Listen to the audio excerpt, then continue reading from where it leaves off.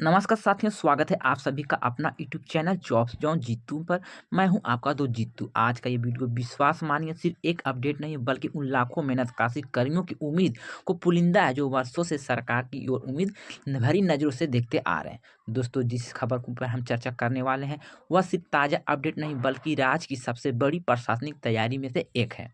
बिहार सरकार ने 9 दिसंबर 2025 को एक अत्यंत महत्वपूर्ण बैठक बुलाई है, जो कि यह बैठक या तारीख या एजेंडा सारे संकेत बता रहे हैं कि कई विभाग में वर्षों से पेंडिंग सभी फाइल को क्लियर करने वाले हैं, जिस पर निर्णायक मुहर भी लग सकती है। और सबसे बड़ी बात है कि 45 विभाग में संविदा कर्मी, आउटसोर्स कर्मी, दैनिक वेतन भोगी, तकनीकी गैर तकनीकी कर्मचारी, हटाए गए पद बहाल की प्रतीक्षा में वर्षों से खड़े कर्मी और सेवा समायोजन वेतन वृद्धि का संघर्ष कर रहे लाखों परिवार, इन सब के लिए बहुत बड़ा तोहफा मिल सकते हैं, जो बड़ा संकेत निकल कर आ रहे हैं। तो दोस्तों, वीडियो में अंत तक मेरे साथ बने रहिएगा, क्योंकि आज की खबर सिर्फ खबर नहीं है, एक उम्मीद, एक सांस और एक संघर्ष की परिणाम है। सारा जानकारी जानने से पहले आपसे छोटी सी रिक्वेस्ट करेंगे कि अभी तक चैनल को सब्सक्राइब नहीं किए हैं तो चैनल को सब्सक्राइब कर लीजिएगा। वीडियो आपको पसंद आएंगे तो वीडियो को लाइक कीजिएगा, वीडियो को शेयर कीजिएगा, साथ में बेल आइकन को प्रेस करके रख लीजिएगा, जिससे कि भविष्य में कोई भी अपडेट, कोई भी जानकारी आएंगे आपके विभाग से संबंधित, आपसे संबंधित या तो बिहार कैबिनेट के से संबंधित, जिसकी सूचना सबसे पहले आपको टाइम पर नोटिफिकेशन के माध्यम से मिलते रहेंगे।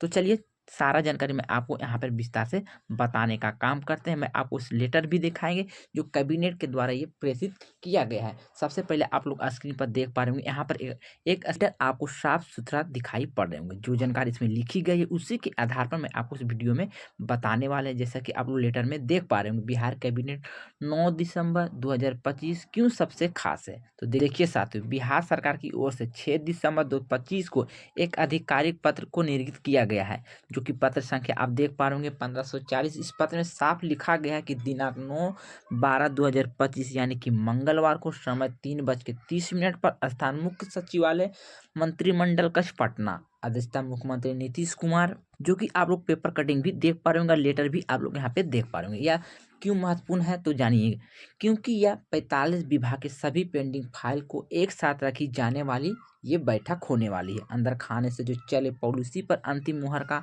समय आ चुका है। संविदा कर्मी, आउटसोर्स कर्मी प्रणाली पर बड़ा ढांचा बदला जा सकता है। वेतन वृद्धि, सेवा समायोजन, पद बहाली पर बड़ी कार्रवाई के संकेत भी मिल रहे हैं। रोजगार सृजन के लिए 3 नए विभागों का गठन पूरे प्रशासनिक ढांचे को हिलाने वाला कदम साबित हो सकता है। ऐसा काम ही है कि कैबिनेट में इतने बड़े विषयों पर एक साथ चर्चा की जा रही है। यह संकेत है कि सरकार अब चुनावी साल में प्रवेश कर रही है और कोई भी बड़ा फैसला अधूरा नहीं छोड़ना चाहती। यानी कि चुनाव से बाहर आ चुके हैं, अब सभी को खुश करने का काम यहाँ पे सरकार के हाथ में है। जो जितने भी कर्मी चुनाव से पहले वादा किया गया था सभी कर्मी को लेकर, इस बार सरकार सभी पे खड़े उतरने वाले हैं, क्योंकि जितने भी वादा किए उनको पूरा करना इनका एक ही लक्ष्य है। तो बिहार में बनेंगे 3 नए विभाग, जो कि सरकार का मास्टर स्ट्रोक खेल है। यानी दोस्तों, बिहार में इतिहास में यह शायद पहली बार हो रहा है कि सरकार एक साथ 3 नए विभाग बनाने जा रही है। नीतीश कुमार ने सोशल मीडिया यानी एक्स पर पोस्ट भी जानकारी दी है।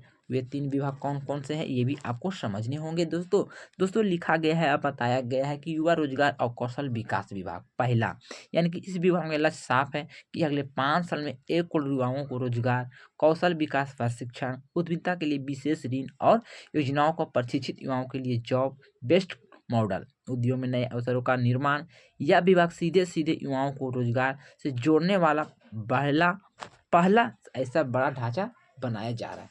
दूसरा है दोस्तों शिक्षा विभाग, यानी कि फिर से बहाल।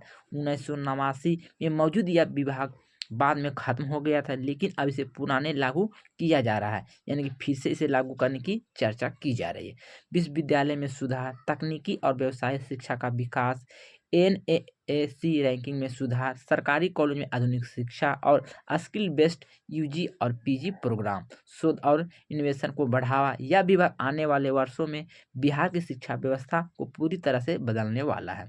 तीसरा है दोस्तों नगर विमान विभाग। दोस्तों यह विभाग सबसे गेम चेंजर हो सकता है। बिहार में दर्जनों हवाई अड्डे का निर्माण कार्य चल रहा है।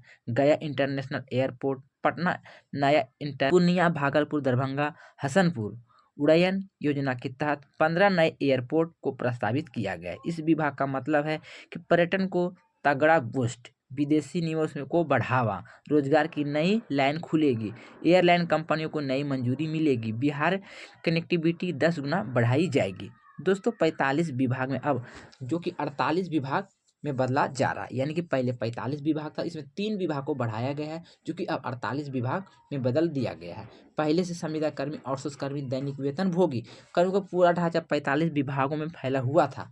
अब नए 3 विभाग से जुड़ने से कुल विभाग 48 हो गए हैं, यानी 3 नए मैदान, 3 नए संभावनाएं और 3 नई नियुक्तियां के आधार पर यह संविदा आउटसोर्स कर्मी को सीधी संभावना खुलती है, क्योंकि हर नए विभाग में नए पोस्ट, नए निदेशालय, नए कार्यालय, नए जिलेवार सेल, नए तकनीकी और गैर तकनीकी कर्मचारी, इससे हजारों संविदा कर्मी और कर्मियों को प्राथमिकता के आधार पर नई नियुक्ति, सेवा समायोजन का मौका भी मिलेंगे।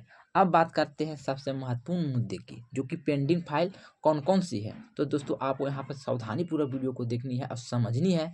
दोस्तों आप सब जानते हैं कि बिहार में पिछले 6 से 10 वर्षों में 45 विभाग के हजारों पेंडिंग फाइल है, जो कि इन फाइलों की सूची बहुत लंबी है।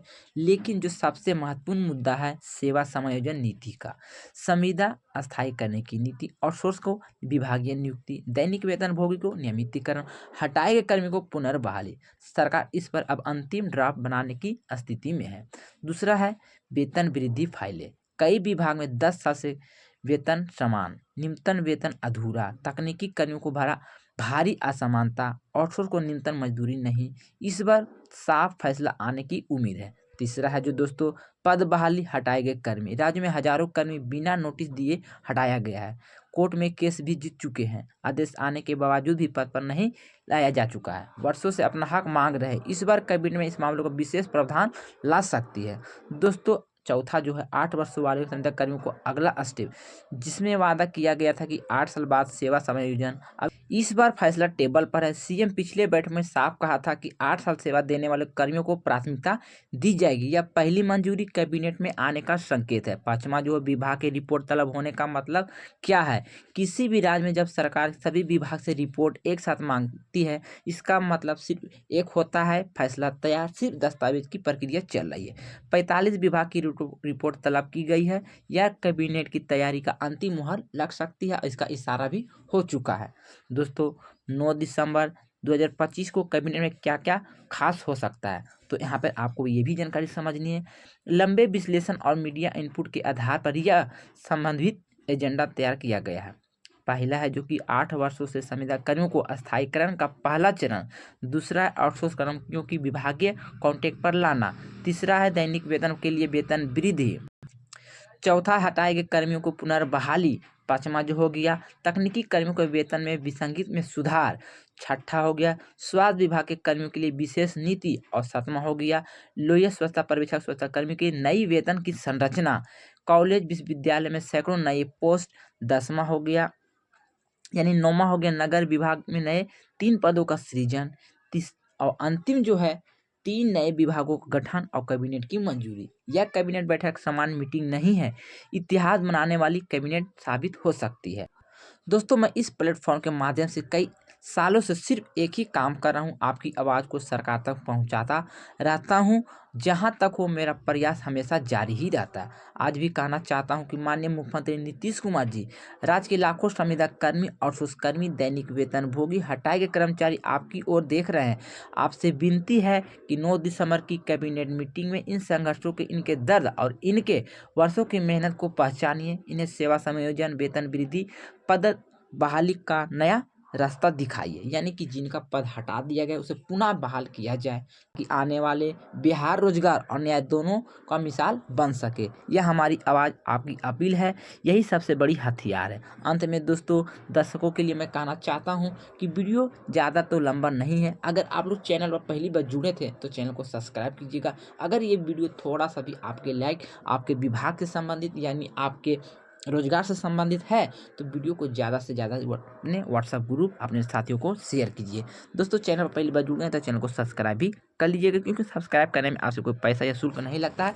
सब्सक्राइब करना बिल्कुल ही मुफ्त है। तो चलिए दोस्तों, मैंने सारा इन्फॉर्मेशन, सारा जानकारी मैं इस वीडियो के माध्यम से बता दें। फिर भी कोई जानकारी छूट गए, बोलने में मिस्टेक हो गए या तो कुछ गलती हो गए तो आप अपना छोटा भाई समझ के क्षमा कीजिएगा, क्योंकि आपसे संबंधित मैं हमेशा टाइम पर नई नई जानकारी को लाते रहते हैं। तो जो यहाँ पे पत्र जारी किया गया था विभाग द्वारा, मैं वही पत्र के माध्यम से इस वीडियो के माध्यम से आपको बताए हैं। मिलते हैं इसी तरह से नए वीडियो में नई अपडेट के साथ। जब तक good bye, thanks for watching.